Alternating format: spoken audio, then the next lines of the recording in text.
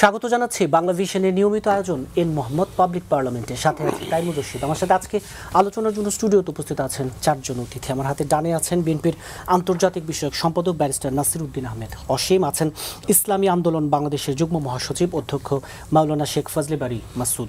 আমার হাতে বামে আছেন ঢাকা বিশ্ববিদ্যালয়ের উন্নয়ন অধ্যয়ন বিভাগের অধ্যাপক আসিফ এম শাহান, আছেন এনসিপির যুগ্ম সদস্য সচিব ফরিদুল হক। আপনাদের চারজনকে স্টুডিওতে স্বাগত জানাচ্ছি।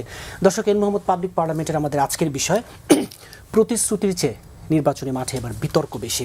স্টুডিও আলোচনা শুরু করতে চাই ঢাকা বিশ্ববিদ্যালয়ের উন্নয়ন অধ্যয়ন বিভাগের অধ্যাপক আসিফ এম শাহান। দুঃখিত, বলছিলাম এই যে নির্বাচনী প্রচার প্রচারণার তৃতীয় দিন শেষ, চতুর্থ দিনে আমরা পা দিব। এই যে বিষয়টা আমরা ঠিক করেছি, এবার আমরা নির্বাচনী মাঠে দেখছি প্রতিশ্রুতি। আমরা নর্মালি জানি যে দেখি নির্বাচনী মাঠে কার কি ভিশন থাকবে এনি, কিন্তু এবার একটু পাল্টি আক্রমণ, বিষোদ্গার, কিছুটা অসহিষ্ণু হয়ে মন্তব্য দেয়া, এই যে প্রতিশ্রুতির চেয়ে এবার বিতর্ক বেশি, এর কারণ কি? এবং বিশেষ করে বিএনপি এবং জামাতের মধ্যে যে কথার যুদ্ধটা চলছে, আপনি কিভাবে দেখছেন? দেখুন, ধন্যবাদ আপনাকে। দেখুন, এটা একটা বড় কারণ যদি আপনি বলেন, কারণ হচ্ছে যে এসেনশিয়ালি এই দুইটা রাজনৈতিক দলের মধ্যে পারস্পরিক বিশ্বাসের এবং পরস্পরের প্রতি সম্মানের একটা বড় ধরনের অভাব আছে। কিন্তু দীর্ঘদিন তো রাজনীতির মাঠে একসাথে রাজনীতির মাঠে একসাথে থাকার পরেও একটা জিনিস বুঝতে হবে যে আপনি যদি আগস্ট 5 পরবর্তী রাজনৈতিক বাস্তবতায় দেখেন, তাহলে এই দুটো রাজনৈতিক দল এক অর্থে পরস্পরের প্রতিদ্বন্দ্বী ক্ষমতায় যাবার জন্য বা হচ্ছে গিয়ে সরকারে যাবার জন্য। এটার অপরচুনিটি দুইটা দলেরই হচ্ছে গিয়ে সবচেয়ে বেশি। এইরকম অবস্থায় তো হচ্ছে গিয়ে আগের সম্পর্ক যাই থাকুক না কেন সেইটার ম্যাটার করে না, ম্যাটার করে হচ্ছে গিয়ে আপনি পরস্পরের প্রতিদ্বন্দ্বী হয়ে দাঁড়াচ্ছেন। এবং এরপরে হচ্ছে গিয়ে 1.5 বছরের যে ঘটনাক্রম, সেই ঘটনাক্রমেও এই পারস্পরিক অবিশ্বাসটা অনেকাংশে হচ্ছে গিয়ে বৃদ্ধি পেয়েছে। আরেকটা যেটা ব্যাপার, যে আমার কাছে যেটা মনে হয় যে আপনি যে কথাটা বললেন সেটা সত্যি, যে এইবারের নির্বাচনের প্রচারণায় মানে প্রতিশ্রুতির বিষয় না, বিষয় হচ্ছে যে আপনি যদি বড় দাগে রাজনৈতিক বা পলিটিক্যাল ক্যাম্পেইনগুলোকে ভাগ করেন, এটা দুই ভাগে হতে পারে। একটা ভাগ হচ্ছে যে দেশের বর্তমানে মূল সমস্যাগুলো হচ্ছে এটাকে অ্যাড্রেস করার আমার প্ল্যানগুলো হচ্ছে এইটা, এবং বিপক্ষ দলের প্ল্যান হচ্ছে এইটা, ওনাদের প্ল্যানের চাইতে আমাদের প্ল্যান ভালো বা খারাপ, বা ওনাদের প্ল্যানে এই সমস্যা আছে। এইটা হচ্ছে একটা ধারা। আরেকটা ধারা হচ্ছে এটা হচ্ছে আমরা এটাকে মোর পজিটিভ ক্যাম্পেইনিং বলি, যেটা ইস্যু বেসড হতে পারে। আরেকটা হচ্ছে গিয়ে মোর নেগেটিভ ক্যাম্পেইনিং। ওইখানে উদ্দেশ্যটা হচ্ছে এইটা দেখানো যে আমাদের দুইজনের মধ্যে তুলনা না, বিপক্ষ দল কেন খারাপ। সো এইটা হচ্ছে বিপক্ষ দলকে খারাপ দেখানো, তার মানে হচ্ছে যে বিপক্ষ দলকে মানে ঘায়েল করার যে চেষ্টাটা। সো আমাদের ক্যাম্পেইনটা হচ্ছে, এবং নেগেটিভ ক্যাম্পেইন যখন একবার শুরু হয় তখন এসেনশিয়ালি যেটা হয় যে এটা একটা পাথওয়ে ধরে চলে। পাথওয়ে ধরে চলার মানে হচ্ছে যে আপনি যখন ধরুন একবার নেগেটিভ ক্যাম্পেইন শুরু করলেন কোনো একটা দলের এগেইনস্টে, সো ওই দলকে তো সেটা রেসপন্ড করতে হয়, তখন আবার পাল্টা, হ্যাঁ, তখন হচ্ছে গিয়ে আবার হচ্ছে পাল্টা, এই জিনিসটা হচ্ছে গিয়ে শুরু হয়। নেগেটিভ ক্যাম্পেইন নর্মালি শুরু করে যে দলটা একটু পিছিয়ে থাকে তারা, কারণ যে দল এগিয়ে থাকে তার আসলে নেগেটিভ ক্যাম্পেইন করার দরকার পড়ে না, সে জানে যে সে ইস্যু বেসডই করবে। যে পিছিয়ে আছে সে নেগেটিভ ক্যাম্পেইন করে, কারণ এইটা হচ্ছে তার একটা স্ট্র্যাটেজি, বা এটা হচ্ছে গিয়ে তার মনোযোগ আকর্ষণ করার একটা ধাপ, এবং এইটার মাধ্যমে সে আশা করে হচ্ছে তার প্রতিপক্ষকে তার এই নেগেটিভ ক্যাম্পেইনের দিকে নিয়ে আসে। মানে যদি এমন হয় যে দুটা দল, একটা দল জানে যে আরেক দলের হাতে কিছু প্ল্যান আছে, আমি যদি এখন সেই প্ল্যানগুলো নিয়ে কথা বলি, I may not have a good position.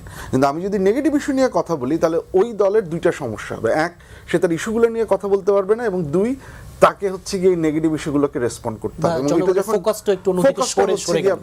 আপনি হচ্ছে গিয়ে সরে যাবেন। এইটার যেটা ফলাফল যেটা, সেটা হচ্ছে আপনি যেটা বললেন যে এইটা, যে আমরা দেখুন, আপনি যদি এক অর্থে দেখেন যে বিএনপির একটা প্ল্যান আছে 31 দফা, তারপরে হচ্ছে গিয়ে তারা বিভিন্ন সোশ্যাল সেফটি নেট প্রোগ্রামের কথা বলেছে। আপনি যদি দেখেন জামাত তো হচ্ছে আপনি একটা পলিসি সামিট করে তারাও বেশ কিছু আইডিয়া হচ্ছে গিয়ে প্রেজেন্ট করেছে। এনসিপির ইনিশিয়ালি একটা 24 দফা ছিল, এখন আমি ঠিক জানি না যে ওনারা কি জামাতের সাথে ওইটাকেই এমব্রেস করছেন না ওনারা আলাদা এসে করছেন, যে তাদের একটা। সো আলোচনাটা এইটা হতে পারত যে সোশ্যাল সেফটি নেটে বিএনপির প্ল্যান হচ্ছে এইটা, জামাতের প্ল্যান হচ্ছে এইটা, এই দুইটা প্ল্যানের মধ্যে কোনটা ভালো, কোনটায় হচ্ছে ফাইন্যান্সিয়াল ফিজিবিলিটি আছে, কোনটায় হচ্ছে ফিজিবিলিটি নাই, কারা কিভাবে বাস্তবায়ন করবেন, সেইটা একটা ক্যাম্পেইন হতে পারতো। কিন্তু আপনি যদি দেখেন যে প্রচারণা শুরু হওয়ার পর থেকে এই বিষয়ে কোনো আলোচনা আমরা দেখছি না, এগুলোকে জাস্ট প্রেজেন্ট করা হচ্ছে, কিন্তু মূল আলাপ আলোচনাটা চলে যাচ্ছে হচ্ছে গিয়ে পরস্পরকে আক্রমণ করবার মধ্য দিয়ে, এবং একজন আক্রমণ করে আরেকজন প্রতি আক্রমণ করছেন, এবং সেটা সেইভাবে চলছে। এটার কারণটা হচ্ছে এই জায়গাটা থেকে যে ক্যাম্পেইনের স্ট্র্যাটেজিটা এরকম হয়ে আবার গেছে। আপনার কাছে আসবো। বিএনপির আন্তর্জাতিক বিষয়ক সম্পাদক ব্যারিস্টার নাসিরউদ্দিন আহমেদ অসীম, এই যে কথোপকথন আসিফ এম শাহ বলছিলেন, এবং এটা তো রাজনীতি মাঠে বলা হয় যে এখন বর্তমান বাস্তবতায় বিএনপি এবং জামাত সবচেয়ে বড় প্রতিদ্বন্দ্বী এবং ক্ষমতার জন্য সবচেয়ে বেশি এই দুই দল দাবি করছে। সেই জায়গায় যে অবিশ্বাসটা যত দিন বাড়ছে, এবং এবার পজিটিভ ক্যাম্পেইন নেগেটিভ ক্যাম্পেইনটা বেশি হচ্ছে, আর বিএনপির বিরুদ্ধে তো বটে। এর কারণটা কি? আবার আপনারাও পাল্টাপাল্টি এর প্রতিক্রিয়া দিচ্ছেন বা দিতে হচ্ছে, যাই বলি। ধন্যবাদ আপনাকে এবং সহ আলোচক সহ দর্শক শ্রোতা যারা দেখছেন তাদের সকলকে শুভেচ্ছা জানাচ্ছি। আমি এটা আমার কাছে খুব বেদনাদায়ক। এখন মনে করেন আপনার ফেসিস আওয়ামী লীগ নেই, নির্বাচনে নেই, যেহেতু তাদের কর্মকাণ্ড স্থগিত আছে। রাজনৈতিক সংস্কৃতির মানে টোটালটা, যখন আওয়ামী লীগও ছিল তখনও কিন্তু আমি বারংবার বলেছিলাম যে রাজনৈতিক সংস্কৃতিতে যে একটা পরিবর্তন আসা উচিত। পরমত সহিষ্ণুতা, একজনের প্রতি আরেকজনের যে আস্থা বা শ্রদ্ধাবোধ, যেটা সহনশীলতা, রাজনীতিবিদ হিসেবে একজন রাজনীতিবিদ আরেকজনকে যে সম্মান করার বিষয়টা, আমরা সেই জায়গাটা উত্তরণ ঘটাতে পারিনি জুলাই আগস্টের পরেও। যার কারণে এখন আমরা এই প্রসঙ্গটা এনেছি যে সময় একটা সময় ছিল যখন বিএনপি কিংবা আওয়ামী লীগ আপনার ধরা হতো বা ভাবা হতো, এখন সে জায়গাতে আওয়ামী লীগ নেই, তাই বিএনপির প্রতিপক্ষ জামাত কিংবা জামাতের প্রতিপক্ষ বিএনপিকে ধরা হচ্ছে। তো তাহলে কি হলো যে এই যে আমরা আজকে আলোচনাটা, আপনি যে প্রসঙ্গটার অবতারণা করলেন যে একজন আরেকজনের বিরুদ্ধে কথা বলছেন, তার মানে আমরা যে তিমির সে তিমিরেই রয়ে গেলাম।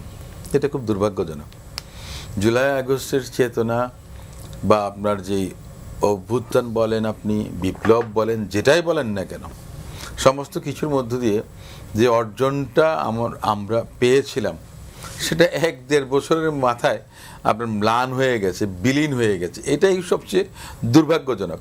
আমরা তো স্বাধীনতা অর্জন করেছি প্রায় 55 বছরের বেশি হয়ে গেছে, তাই না? তো সেদিক থেকে মিলিয়ে যে আমরা সবসময় খুব হতাশা ব্যক্ত করি যে আমাদের যে মূল মন্ত্র, যে 4টা আপনার এই ছিল, মূলনীতি ছিল স্বাধীনতা, তাই না? গণতন্ত্র, সমাজতন্ত্র, সামাজিক ন্যায় বিচারের কথা বলি, সমস্ত কিছু বলি। দেখা গেছে যে আমরা আবার নতুন করে, অনেকে বলেছিল যে বাংলাদেশ 2, তাই না? তো বাংলাদেশ 1 মনে করেন যে 55 বছরে আমরা অর্জন করতে পারিনি। আপনার 2 অর্জনটা কিভাবে করলাম আমরা?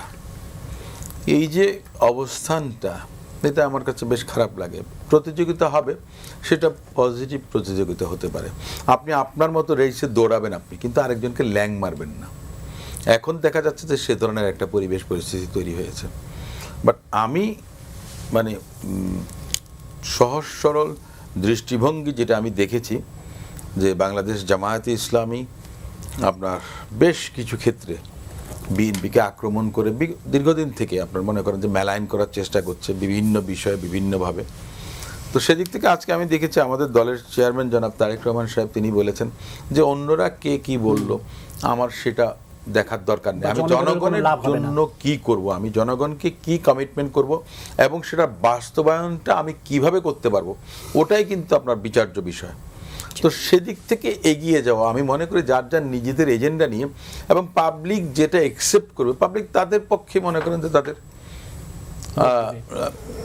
নিঃসন্দেহে তাদের মতামতটা তারা তাদের পক্ষেই আনবেন, এটাই হওয়া উচিত। গণতন্ত্রের সৌন্দর্যটা এই জায়গাতেই। জি, আমরাও তো সেই প্রত্যাশায় রাখি। যে আবার আপনার কাছে আসবো, এনসিপির যুগ্ম সদস্য সচিব ফরিদুল হক, এই যে ব্যারিস্টার নাসিরউদ্দিন আহমেদ অসীম বলছিলেন যে জুলাই গণঅভ্যুত্থানের যে স্বপ্ন, তারপরে নতুন রাজনীতি আমরা স্বপ্ন দেখেছিলাম, সেখানে যে রাজনীতির দৌড়ে এখনও ল্যাং মারার যে প্রবণতা, এবং একটি মন্তব্যের একটু জবাব জানতে চাই। আজকে চট্টগ্রামের জনসভায় বিএনপি চেয়ারম্যান তারেক রহমান বলছেন যে একমাত্র বিএনপি পারবে দুর্নীতির টুটি চেপে ধরতে, এবং সেখানে দলীয় লোকরাও যদি থাকে ছাড় পাবে না। তার এই কথায় আসলে আপনারা কতটা আশ্বস্ত রাখেন? যদি আপনারা বারবারই কিন্তু একটি অভিযোগের তীর ছুটতে চান যে চাঁদাবাজ, দুর্নীতিবাজ বলে কিন্তু তাদেরকে একটু ঘায়েল করতে চান, সেই জায়গা থেকে তারেক রহমানের মন্তব্যকে আপনারা কীভাবে দেখেন? জি, ধন্যবাদ আপনাকে। সম্মানিত সহ আলোচক এবং দর্শকদেরকে শুভেচ্ছা। ঠিক ঘায়েল করতে চাওয়া শব্দটার ব্যাপারে আমি একটু আপত্তি জানালাম। মানে এটা তো সত্য, মিডিয়ার মাধ্যমে আমরা জেনেছি, সবগুলো ঘটনা আমরা সচক্ষে তো দেখিনি, যে বিএনপির অন্তর্কন্দলে শতাধিক ব্যক্তি নিহত হয়েছে গত 1.5 বছরে। তো একটা রাজনৈতিক দল এবং রাজনৈতিক দলের কর্মী হিসেবে আমাদের তো দায়িত্ব এটা নিয়ে কথা বলা। এখন এইটা নিয়ে আমরা যখন কথা বলি, তখন যদি ধরেন কেউ মানে ঘায়েল হয়, তাহলে তো আসলে মানে কথা বলা বন্ধ করে দিতে হবে। আবার সেটাও তো মুশকিল, কারণ আমরা তো কথা বলার স্বাধীনতার জন্য লড়াই করছি। সো সব দিকেই প্রবলেম আছে। এখন আমি এটা বারবার বলেছি যে বাংলাদেশে জুলাই গণ অভ্যুত্থান সংগঠিত হওয়ার পরে 5 তারিখের পরে ওনার এই যে 1.5 বছরের সময়ের মতো ওনার মানে শারীরিক অনুপস্থিতি, এটা আমাদেরকে বেশ একটা ভোগান্তিতে ফেলেছে। আমি বিশ্বাস করতে চাই এখনও, কারণ উনি মাত্র এসছেন, ওনার জার্নি স্টার্ট করেছেন নতুনভাবে। একটা সার্টেন টাইম যাওয়ার আগে আমি ওনার ব্যাপারে মানে ওনাকে কাঠগড়ায় দাঁড় করাতে চান, এবং কাঠগড়ায় দাঁড় করানোকে বিএনপির বন্ধুরা অসীম ভাই করবেন না এটা আমি বুঝি, কিন্তু বিএনপির যারা সমর্থক তারা আবার এইভাবে দেখতে পারে সেদিনের পুচকে ছেলে তারেক রহমানকে কাঠগড়ায় দাঁড় করাতে চায়। যে যত বড় জায়গায় থাকবে তাকে তত বেশি কাঠগড়ায় দাঁড় করাইতে হবে। দিস ইজ ডেমোক্রেসি বলে আমরা মনে করি। তো সেই জায়গা থেকে এখনই ধরুন ওনাকে আমি করতে চাই না, কিন্তু উনি যদি উপস্থিত থাকতেন মানে এই সময়টাতে, যে সময়টাতে উনি ছিলেন না, উনি কী কারণে থাকতে পারেন না সেটা একটা ভিন্ন আলোচনা, সেই জায়গায় আমি যেতে চাই না। যদি থাকতে পারতেন, এটা আমার নিজের একটা ব্যক্তিগত আক্ষেপ, তাহলে এই যে যতগুলো সমস্যা বিএনপির অন্তর্কন্দল এবং অভ্যন্তরীণ কারণে হয়েছে জাতীয় রাজনীতিতে, সেইগুলো, কারণ এগুলো সবগুলোই কিন্তু ইম্প্যাক্ট করছে জাতীয় রাজনীতিতে, তাই না? প্রত্যেকটা জিনিসে আমি মনে করি যে এটার পরিমাণ অনেক কমে যেত, এবং বাংলাদেশ যে 5 তারিখের পরে বাংলাদেশ একটা গণতান্ত্রিক, মানে আমরা একটা ফ্যাসিবাদের পতন হয়েছে, একটা ফ্যাসিস্ট শক্তির পতন হয়েছে, আমরা একটা ফ্যাসিবাদী কাঠামোর মধ্যে ছিলাম।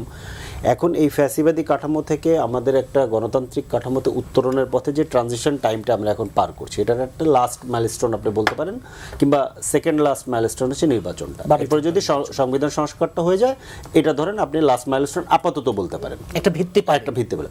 এই যে জার্নিটা, এই জার্নিটার মধ্যে আমাদের একটা, আমি বারবার এই কথা বলছি যে আমাদের একটা জয়েন্ট লিডারশিপের দরকার ছিল। যারা আমাদের ন্যাশনাল লিডার ছিলেন কিংবা হয়ে উঠেছেন, তাদের যদি একটা জয়েন্ট লিডারশিপ থাকতো, তাহলে এই পরিস্থিতিটা আমরা আরও বেটার হয়তো বা ডিল করতে পারতাম। মানে অ্যাজ এ কি বলে যে গণ অভ্যুত্থানের পক্ষভুক্ত শক্তিদের কথা আমি বলছি, বিএনপিও তো একটা বড় শক্তি, তো সেটা হয় নাই। এখন এই জায়গায় এটা যে হলো না, এর জন্য দায়টা আসলে এটা মানে দায় তো ধরেন এক একজনকে দায়ী করে। আমি আসলে ওই অর্থে ধরেন সবার দায়ের সাথে আমি একমত না। এটা আমি আসলে আপাতত কাউকে দায়ী করতে চাই না, কারণ দায়ী করতে গেলে আমার মতের সাথে অন্যদের মত নাও মিলতে পারে। আমি মনে করি যে ওনারা যে নিরাপত্তা ঝুঁকি কিংবা সংকটের কথা বলেছেন, ওইটাকে ওভারকাম করেই ওনার আসলে মাঠে থাকা দরকার ছিল, কারণ যে সুযোগ এসেছিল আমাদের সামনে, আমি মনে করি উনি যদি আন্তরিক হন, এটা সময় বলে দেবে যে উনি আসলে আমাদের এই গণতান্ত্রিক উত্তরণ প্রক্রিয়ায় কতটুকু আন্তরিক ছিলেন কিংবা আছেন। কারণ এটা তো মুখের কথা না, কার্যক্রমে আমাদেরকে দেখতে হবে। আমরা ফেস করেছি কিংবা আমরা ফিল করেছি যে আমাদের এই সংস্কার প্রক্রিয়া, যে মানে সুশাসনকে প্রশ্নে, রাষ্ট্র সংস্কার প্রশ্নে, সংবিধান সংস্কার প্রশ্নে আমাদের যে পুরো সংস্কার প্রক্রিয়া, এখানে কিন্তু আমরা বিএনপির দিক থেকে বাধা অনুভব করেছি। এটা আমি বিশ্বাস করতে চাই এখনও, যে উনি থাকলে হয়তো বাধাটা কম আসতো কিংবা আরো বেশি ওপেন হইতো জায়গাটা, উনি হয়তো এটা আরো ভালোভাবে বুঝতে পারতেন, আরো বেশি স্মুথ হতো। কারণ এটা আমাদের একটা জয়েন্ট জার্নি, এটা কিন্তু কোনো একটা একক দলের না। মানে ধরেন বাংলাদেশকে সবচেয়ে গণতান্ত্রিক রাষ্ট্র বানাইতে যদি বিএনপি একাও চেষ্টা করে পারবে না, আমরাই বাধা দিব তখন, কারণ আমাদের কাজ বিরোধিতা করা। খুব সিম্পল, মানে একটা জিনিস আমাদের বোঝা লাগবে, যখন সরকার চালাবেন তখন আপনার বিরোধী দল লাগবে, কিন্তু যখন রাষ্ট্র গঠন কিংবা পুনর্গঠন করবেন তখন যদি বিরোধী দল থাকে তাহলে আপনি এটা করতে পারবেন না, তখন সবাই মিলে করতে হবে। এই জায়গাটা ওনার অনুপস্থিতি আমাদেরকে বেশ ভালো ভুগিয়েছে বলে আমি মনে করি। জি, আবার আপনার কাছে আসবো পরে।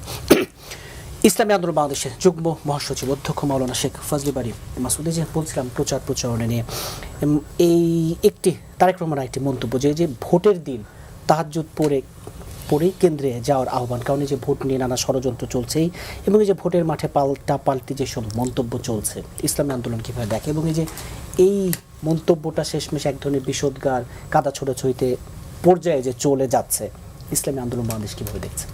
অনেক ধন্যবাদ আপনাকে এবং সম্মানিত সকল আলোচককে ইসলামী আন্দোলন বাংলাদেশের পক্ষ থেকে। তো আমি প্রথমে একটা বলতে চাই হলো যে আমাদের আগে যেই বিরোধিতা বা বিরূপ মন্তব্য এটা যে মাত্রায় ছিল, আমার মনে হয় 5 আগস্টের পরে এটা কম মাত্রায় হচ্ছে, তবে আগের মাত্রায় না। আগে যেরকম একেবারে ব্যক্তিকে নিয়ে আরও কত কথা হয়েছে, এগুলি এখনো কানে বাজে, তাই না? এটা একটা তাদের বক্তব্যটাই ছিল একটা নাটকের মতো, মানে একে অন্যকে কিভাবে করতো, বাচ্চারাও শুনে শুনে হাসতো, এটা কমিক্স এর মতো ছিল এগুলি। তো সেখান থেকে আমার মনে হয় প্রত্যেকটা রাজনৈতিক দল কিছুটা পরিবর্তন হয়েছে, মানে ওই মাত্রায় এখনো যায়নি, ভবিষ্যতে কী হবে জানি না, তবে ওই মাত্রায় না যাক সেটা আমরা সকলেই প্রত্যাশা করি। এটা একটা প্রথম কথা। সেকেন্ড বিষয় হলো নির্বাচনের আগে, এটা আমাদের বাংলাদেশের ট্র্যাডিশন একে অন্যের বিরুদ্ধে কিছু কথা বলে আমার পক্ষের ভোটগুলি নিয়ে আসার জন্য আমি চেষ্টা করি, উনি খারাপ আমি ভালো, আমি খারাপ উনি ভালো, এটা বলার জন্য। তবে আমরা মনে করি ইসলামের যে শিক্ষাটা, যে আমার আরেকজনকে বেশি দোষারোপ করার চেয়ে আমার দোষগুলো দেখে এগুলি আমার সংশোধন করা এবং আমারটাই আমি কি করতে চাই সেটা বললেই বোধহয় এটা বেটার হয়, ভালো হয়। তো সেটাই উচিত। কিন্তু তারপরেও আমাদের বাংলাদেশে এই যে চেঞ্জটা, এটা তো একদিনে তো আর হবে না, এটা সে অভ্যাস আছে যুগ যুগ ধরে, সেভাবেই আমরা চলছি। তবে এখানে একটা ভালো দিকও আছে, যে আমি যদি আপনার সমালোচনাটা যদি গঠনমূলক করি তাহলে এটা ভালো, যে আপনি এই রিফর্মটা আপনি এই প্রক্রিয়া করতে চান, কিংবা আগামী দিনে দেশটাকে আপনি এই প্রক্রিয়া করতে চান, এই জায়গার দুর্বলতাগুলো ত্রুটিগুলো যদি আমি সুনির্দিষ্টভাবে গঠনমূলকভাবে করতে পারি, এটা হলো বেটার। এটা হলো ভোটের মাঠে ধর্মকে নিয়ে আসা, এটা হলো একটা দিক। তো সেজন্য আমার মনে হয় যে আমরা যারা করছি আলোচনা ভোটের রাজনীতিতে, আমরা অবশ্যই সমালোচনা করতে হবে বা করব, আপনার ত্রুটিটা বলবো গঠনমূলকভাবে, সেটা করলে এবং মার্জিত ভাষায়, তাহলে এটা সকলের জন্যই কল্যাণ হবে এবং বিশেষ করে আমাদের পরবর্তী প্রজন্ম এখান থেকে শিখবে। আমরা দেখছি যে আমাদের পরবর্তী প্রজন্মের কাছে খুব ভালো মেসেজ যায় না। ভোটের মাঠে আসলে আমরা এটা সবসময় বলে আসছি, ধর্মের ব্যবহার যেটাকে বলা হয়, ধর্মের অপব্যবহার, এটা আমরা প্রত্যাশা করি না। ওটা তাহাজ্জুদ পড়ে যেতে হবে, একজন মানুষ নামাজই পড়ে না ওই দিন তাহাজ্জুদ পড়ে যাবে, এটা বলার উদ্দেশ্যটা কি? এটা না বলে বরং বলতে পারতেন আপনারা ফজরের পরপরই কিংবা ফজরের নামাজটা পড়ি আপনারা চলে যাবেন, এটা হতে পারে। তাহাজ্জুদ পড়ে যেতে হবে, এখানে একটু ধর্মের একটু লাগিয়ে কিছুটা বেনিফিট নেওয়ার জন্য। জামাতও তো আবার একই ধরনের, নানা আমরা সামাজিক যোগাযোগ মাধ্যমে নানা বিষয় দেখি। না, একটা বিষয় হলো ধর্মের ব্যবহার। যেমন ধরেন আমি কিন্তু সবসময় এই টুপি পরি, পাঞ্জাবি পরি, এখন আমাকে এটা আপনি বলতে পারবেন না এটাকে দিয়ে আমি বিশেষ সুবিধা নিচ্ছি, এটা বলতে পারবেন না। আমি সবসময় পড়ি, আমি ভোটের আগেও পড়ি, ভোটের পরেও পড়ি। হ্যাঁ, কিছু মানুষ আছে দেখবেন নির্বাচনের আগে নতুন করে টুপি মাথায় দিচ্ছে, এটা হলো অপব্যবহার, এটা হলো মানুষের সাথে প্রতারণা।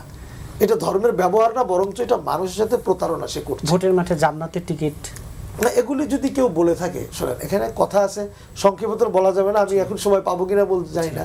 তো মোটামুটি কথা হলো, এক কথায় যেটা সত্য আপনি বলতে পারেন, কোনো অসুবিধা নেই। আপনি আগে কখনো টুপি পড়েননি, এখন পড়েন, এটা হলো মেকি, এটা ফলস, এটা আপনি প্রতারণা করছেন, এইগুলি দরকার নেই। হ্যাঁ, যদি আমি সবসময় পড়ি তাহলে আমি টুপির কথা তো বলতেই পারি, ঠিক না? জান্নাতে যাওয়ার ব্যাপারটা আপনার হাতে সময় থাকলে আমি 2-1 মিনিট সময় লাগবে, ছোট্ট করে বলেন। জান্নাতে যাওয়ার বিষয়টা হলো আসলে কি, যে আমরা শুধু ভোট বলে কথা না, যে কোনো ভালো কাজেরই করলে আপনি এর প্রতিদান ভালো পাবেন, খারাপ কাজ করলে আপনি অবশ্যই খারাপ প্রতিদান পাবেন। এটা যে কোনো কাজ, এটা রাস্তায় আপনি চলছি, হাদিসে আসছে রাস্তার মধ্যে কষ্টদায়ক বস্তুকে সরিয়ে দেওয়াটাও এটা ঈমানের একটা অংশ। তো সেক্ষেত্রে আপনি এটা সরিয়ে দিলে আপনি সওয়াব পাবেন, আপনি কষ্ট দিলে খারাপ গুনাহ পাবেন। এই ইসের ব্যাপারে যেটা বলা, ভোটের ব্যাপারে কোরআনে আসছে, মাইয়াশফা শাফাআতান হাসানাতান ইয়াকুল্লাহু নাসিবুম মিনহা ওয়া মাইয়াশফা শাফাআতান সাইয়্যাতান ইয়াকুল্লাহু কিফলুম মিনহা। পবিত্র কোরআন থেকে আমি উদ্ধৃতি করলাম। আল্লাহ বলছেন, যদি তুমি ভালো কাজের সুপারিশ করো তাহলে তুমি ওই লোকটা, ওই ভালো কাজের তুমি সে প্রতিদানটা তুমিও পাবে। আর যদি খারাপ কাজের সুপারিশ কিংবা তুমি সমর্থন করো তাহলে ওই লোকটা খারাপ কাজ করার পরে যে ক্ষতিটা সে নিজে করলো সে তো গুনাহগার হবেনি, এবং আমি সুপারিশ করার কারণে আমিও পাবো। এজন্য স্পষ্ট কথা হলো যে আমি যদি কাউকে ভোট দিই, সে ভোট প্রাপ্ত হয়ে সে যদি এদেশে খুন করে মানুষকে, মানুষের উপরে জুলুম করে, দুর্নীতি করে, তাহলে আমি যাকে সাপোর্ট করলাম সে যেমন গুনাহগার হবেন ঠিক তেমনি আমিও হব। আর আমি যদি এমন কাউকে ভালো কাউকে করতে পারি তাহলে সে যতগুলো ভালো কাজ করবে এটারও আমি প্রতিদান পাবো, তাহলে ভালো কাজের প্রতিদান নিশ্চয়ই জান্নাত হবে। এটা হলো ব্যাখ্যা সাপেক্ষ। অধ্যাপক আসিফ এম শাহান, বলছিলাম 3 দিনের প্রচার প্রচারণা শেষ হয়েছে, এখন পর্যন্ত প্রচারণায় অন্তত কোন দলকে এগিয়ে রাখবেন? এবং অনেকেই বলতে চায় যে এবার ভোটের মাঠের হিসেব নিকাশটাই একবারে ভিন্ন রকম হবে, একেবারে পাল্টে যেতে পারে, এবং সেই হিসেব নিকাশে আওয়ামী লীগের ভোট নিয়ে টানাটানির কথা আছে। আজকেও দৈনিক দেশ রূপান্তরী বেশ ফলাও করে প্রচার করছে, এবং এই কথাটা তো রাজনীতি মাঠে আছে যে আওয়ামী লীগের ভোট আসলে কোথায় যাবে, এবং জাতীয় পার্টি আছে। সমীকরণটা কি হতে পারে, কি হবে? দেখুন, মানে আমরা প্রচার প্রচারণা যেটা দেখছি সেটা দেখছি হচ্ছে শুধুমাত্র সেন্ট্রাল লিডারদের, যে তারা জনসভা করছেন বা ইসে করছেন। আরেকটা প্রচারণা যেটা আমার কাছে মনে হয় আরও বেশি গুরুত্বপূর্ণ, সেটা আমাদের নজরে এড়িয়ে যাচ্ছে, সেটা হচ্ছে এখন কিন্তু 300টা কনস্টিটিউয়েন্সিতে, আমি ঠিক নিশ্চিত না, পাবনায় খুব সম্ভবত হচ্ছে না, সেখানে আসন নিয়ে কোনো একটা ব্যাপার আছে, ওদের হয়তো একটু সময় লাগবে। আপনার 2টা বাকি আছে, পাবনা দুইটা, এই দুটো আসনে বাকি 12 তারিখে হবে। হ্যাঁ, এই দুইটার এখনো প্রচারণা বোধহয় শুরু হয়নি, বাকিগুলো শুরু হয়েছে। সো এই 298টা আসনে কিন্তু প্রচারণা অলরেডি চলছে। সো এই যে লোকালাইজ যে প্রচারণাটা, সেইটা অনেক বেশি গুরুত্বপূর্ণ। সেন্ট্রালি লিডাররা যে করছেন সেটার একটা ভূমিকা আছে, সেটা অবশ্যই গুরুত্ব আছে, সেটা পার্টির বেসকে এনার্জাইজ করে, মানুষজন হচ্ছে গিয়ে, এবং পার্টিকে একটা ইন্ডিকেশন দেয় যে কি বিষয় নিয়ে কথা বলতে হবে, কিভাবে প্রতিপক্ষকে এসে করতে হবে, সেটা একটা। কিন্তু এর পাশাপাশি যে প্রত্যেকটা আসনের কিছু লোকাল কনটেক্সট আছে, ওই এলাকার প্রবলেম আছে কিছু, যে প্রবলেমগুলো ন্যাশনাল প্রবলেম থেকে হচ্ছে ডিফারেন্ট। ওই এলাকার ভোটের কিছু হিসাব নিকাশ আছে। যেমন আমি জানি, ধরেন ফর ইনস্টেন্স সুনামগঞ্জের একটা জায়গা, যে আমি জানি যে হচ্ছে গিয়ে ওই জায়গাটায় একটা নির্দিষ্ট অঞ্চলের বেশ কিছু লোকজন আছেন, তারা একটা নির্দিষ্ট ভদ্রলোককেই ভোট দিবেন। সো ওইটা একটা কনসেপ্ট। ওই আবার সিলেটের ক্ষেত্রে আবাদি নন আবাদি একটা কনসেপ্ট আছে, সেটা একটা ফ্যাক্টর। এইরকম এই কনটেক্সটগুলোকে বোঝে প্রত্যেকটা কনস্টিটিউয়েন্সিতে যেটা হচ্ছে যে প্রচার প্রচারণা চলছে। এইখানে মানে এখন পর্যন্ত আমার কাছে যে ডাটা আছে, বা সেটা হচ্ছে যে আমি এখানে দেখছি যে প্রচারণার খুব 2টা স্টাইল। একটা হচ্ছে বিএনপির স্টাইলটা হচ্ছে অনেক বেশি ট্র্যাডিশনাল এই সেন্স যে মিছিল করা, বড় ধরনের সমাবেশ করা, বাজারে বা সেগুলোতে হচ্ছে গিয়ে লোক জড়ো করে করা, এবং ডোর টু ডোর ক্যাম্পেইনে বিএনপি এখন পর্যন্ত খুব একটা ইন্টারেস্ট দেখায়নি। শুরু করেছে কিছু জায়গায়। অন দি আদার হ্যান্ড, যেইটা জামাত গত 5-6 মাস ধরে এই ডোর টু ডোর ক্যাম্পেইন এবং স্পেসিফিক্যালি উইমেন ভোটারদের টার্গেট করে এক ধরনের ক্যাম্পেইন হচ্ছে তারা করেছেন। এগেইন এটার আউটকাম কি হবে আমরা এটা জানি না, খুব সম্ভবত। কারণ যেটা হয় যে বাংলাদেশের ভোটার ডিসিশন যখন নেন, ভোটার অনেক কারণেই ডিসিশন নেন। যে একটা এলাকায় যদি বিগ নেম থাকে, বড় নেম থাকে, সাবেক মন্ত্রী ছিলেন বা পরবর্তীতে মন্ত্রী হবেন, তার নামটাই অনেক ক্ষেত্রে কাজ করে, তার বাসায় যাওয়া বা না যাওয়া খুব একটা ইম্প্যাক্ট করে না। আবার কিছু ভোটার আছেন তারা একটা পার্সোনাল টাচ চান, যে প্রার্থী তার গায়ে হাত দিচ্ছেন, এটা খুব পছন্দ করেন, মানে তার বাসায় আসছেন, এটা পছন্দ করেন। সো এই ধরনের বিভিন্ন ঘটনাগুলো ঘটছে। আমার কাছে যেটা মনে হয়, এবং এইটাতে যেটা হচ্ছে যে দুই দলই মোটামুটি একটা জায়গায় চলে আসছে, এখানে যে খুব বেশি ডিফারেন্স আছে আমার সেটা মনে হয় না। হয়তো এই ডোর টু ডোরের যদি কোনো ইম্প্যাক্ট পড়ে, সেটার একটা আউটকাম আমরা রেজাল্ট দেখতে পারবো। আওয়ামী লীগের ভোট আমার কাছে যেটা মনে হয় যে এই ইলেকশনের বেশ কিছু আসনে ডিসাইডিং ফ্যাক্টর হবে আওয়ামী লীগের vote.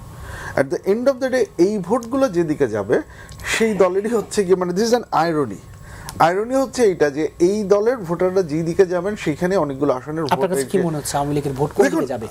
So far what I have heard from different sources and others, এখানে বেশ কয়েকটা ভাগ হচ্ছে যে একটা, আমরা যেটাকে একদম হার্ডকোর আওয়ামী লীগ বলি। আমরা BRAC institute of governance and development থেকে আমরা যখন স্টাডি চালিয়েছিলাম, তখন আমরা যখন বলেছিলাম যে আপনি কাকে ভোট দিবেন, আমরা কখনো নাম বলিনি, অপশন দেইনি।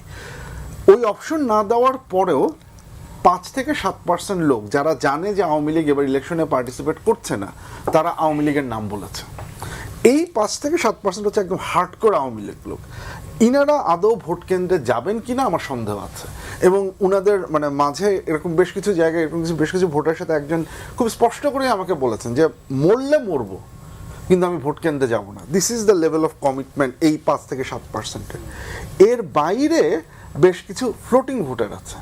এই ভোটাররা এলাকার কন্ডিশনটা দেখেন, কারণ এই ভোটাররা যেটা চিন্তা করেন যে ভবিষ্যতে আমার সোশ্যাল সেফটি নেটের জন্য এমপির কাছে যেতে নিরাপদ।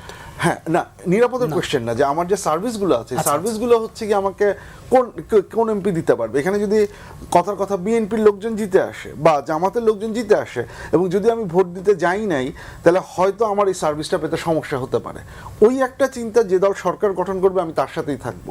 আবার আপনি যেটা বলেন যে সিকিউরিটির যে কনসার্নটা, সেটাও হচ্ছে গিয়ে এখানে আছে, প্লাস হচ্ছে ওই যে ঘরে ঘরে যাওয়া, সেটাও একটা আছে। এই ভোটগুলো ঠিক কোন দিকে যাবে, আমি এখন পর্যন্ত যেটা খবর পাচ্ছি, ভোটগুলো স্প্লিট হওয়ার চান্স আছে। এটা যে পুরোপুরি বিএনপির দিকে যাবে সেটাও বলা যাচ্ছে না, আবার যে একদম জামাতের দিকে যাবে পুরোপুরি সেটাও বলা যাচ্ছে না। আগামী এদের অনেকে এখনো আনডিসাইডেড। আগামী 10-15 দিন কি আছে, সো যাই হোক যেটাই আছে, এর মধ্যে যারা যেই দল এনাদের কাছে রিচ করতে পারবেন, যেই দলকে ওনারা মোর ট্রাস্টওয়ার্দি মনে করবেন, এই ভোটগুলো সেখানে যাবে। এই 10 থেকে 12% বা 15% বা আরেকটু বেশি, এই ভোটটা যেদিকে ব্রেক করবে, আমার ধারণা ইলেকশনের রেজাল্ট সেটার উপরে ডিপেন্ড করার একটা ভালো চান্স আছে। ব্যারিস্টার নাসরুদ্দিন আহমেদ অসীম, এই যে আওয়ামী লীগের ভোট নিয়ে টানাটানি, অধ্যাপক আসিফ এম শাহান যেই কথা বললেন, আপনি কি এই কথার সাথে একমত কিনা? জনাব আসিফ এম শাহান উনি যথার্থ যে ব্যাখ্যাটা দিয়েছেন, বিশ্লেষণটা এটা বাস্তবধর্মী। তবে একটা জিনিস কি, আপনার মনস্তাত্ত্বিক একটা বিষয় থাকে, সেটা হলো এখনও কিন্তু ডিসাইসিভ না। আওয়ামী লীগের তো 10% বলেন, 15% বলেন, 20% বলেন, যেটাই বলি না কেন, কম হোক বেশি হোক যেটাই হোক, তাদের মানে শীর্ষ নেতারা যারা মনে করেন যে দুর্নীতির সঙ্গে ছিলেন, বা আপনার যে রাষ্ট্রটাকে অকার্যকর বা গণতন্ত্র হত্যার জন্য যারা দায়ী ছিলেন, বা ফেসিস্ট সরকারকে প্রলম্বিত করার জন্য যারা কলকাঠি নেড়েছিলেন, তারা হয়তো পালিয়ে গেছেন, কিন্তু তাদের সাধারণ সমর্থকরা কিন্তু রয়ে গেছেন। দলের কথা বাদ দিলাম, সব মানুষ কি বিএনপি করে, আওয়ামী লীগ করে কিংবা জামাত করে, সমর্থন করেন, ফ্লোটিং অনেক ভোট আছেন। তো সেদিক থেকে যদি আমরা ধরি, তাহলে দেখা গেছে এখনো আরো সপ্তাহ খানেকের বেশি সময় আছে। আর এখানে কিন্তু দলগতভাবে কারো ডিরেক্টিভ অনুযায়ী কিন্তু তারা কিন্তু ভোট দেবে না এই মানুষগুলো, কারণ তারা সবাই কিন্তু একটা পার্টিকুলার পলিটিক্যাল পার্টির প্রতি একেবারে ডাইহার্ড ওয়ার্কার না, তারা সমর্থক। তো সমর্থক, তাদের নিজেদের একটা ফ্রি উইল আছে, সে নিজে চিন্তা ভাবনা করবে যে এলাকায় সে থাকবে, ব্যবসা বাণিজ্য করবে। হ্যাঁ, আমি সে কথাটাই বলছি। এবং প্রপেন্সিটিটা কি, যে দেখা গেছে যে হয়তোবা বিএনপি বড় দল, বিএনপি ক্ষমতায় আসবে, তাহলে তাদের কি হবে, একটা বড় অংশ দেখা গেছে বিএনপিকে ভোট দিয়ে যাবে। আবার কেউ কেউ মনে করেন যে আত্মীয়তার খাতির, মনে করেন পাড়া প্রতিবেশী হতে পারে, বা বিভিন্ন কারণে পার্সন টু পার্সন এটা ভ্যারি করতে পারে। সেই ক্ষেত্রে মনে করেন যে কিছু কিছু ক্ষেত্রে ব্যক্তি ইমেজে অনেকে হয়তো বা দেখা গেছে কিছু ভোট পেতে পারেন, কিন্তু আমি মনে করি যে বড় একটা অংশ আপনার বিএনপির প্রার্থীদেরকে ভোট দিয়ে যেতে পারেন। এটা তারা কেন করবেন, তাদের ব্যবসা বাণিজ্য, তাদের সহায় সম্পদ। আমি এটা বলছি এই জন্য না যে এটা কেউ কিছু করবে। এই জায়গায় অনেকে বলতে চান, এবং এই সমালোচনাটা আছে, অনেকে বলতে চান যে বিএনপি ক্ষমতায় এলে আওয়ামী লীগের একটা পুনর্বাসনের সুযোগ পথ তৈরি হবে।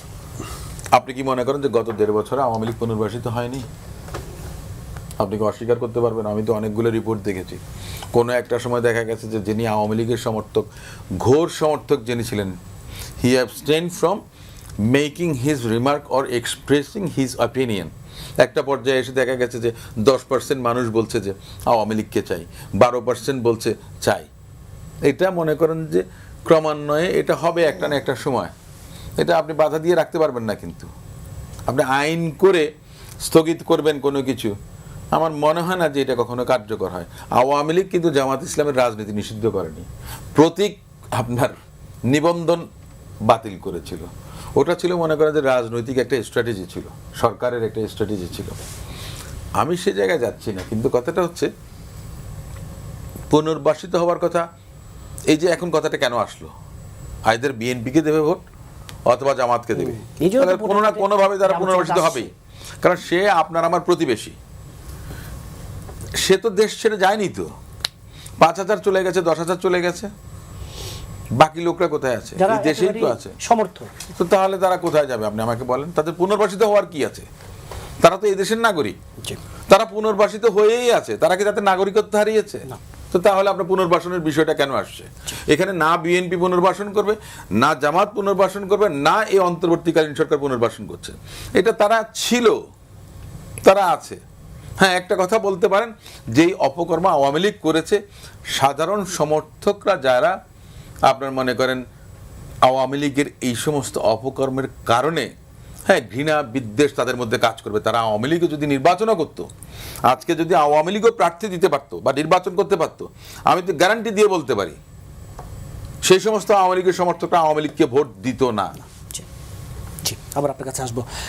ফরিদুল হক, এই যে আওয়ামী লীগের ভোট নিয়ে টানাটানি, অধ্যাপক আসিফ এম শান একটি সমীকরণ বলছিলেন যে, আর নাসরুদ্দিন আহমেদ অসীম বলছেন, আপনি কিভাবে দেখেন এই যে আওয়ামী লীগের ভোট নিয়ে টানাটানি?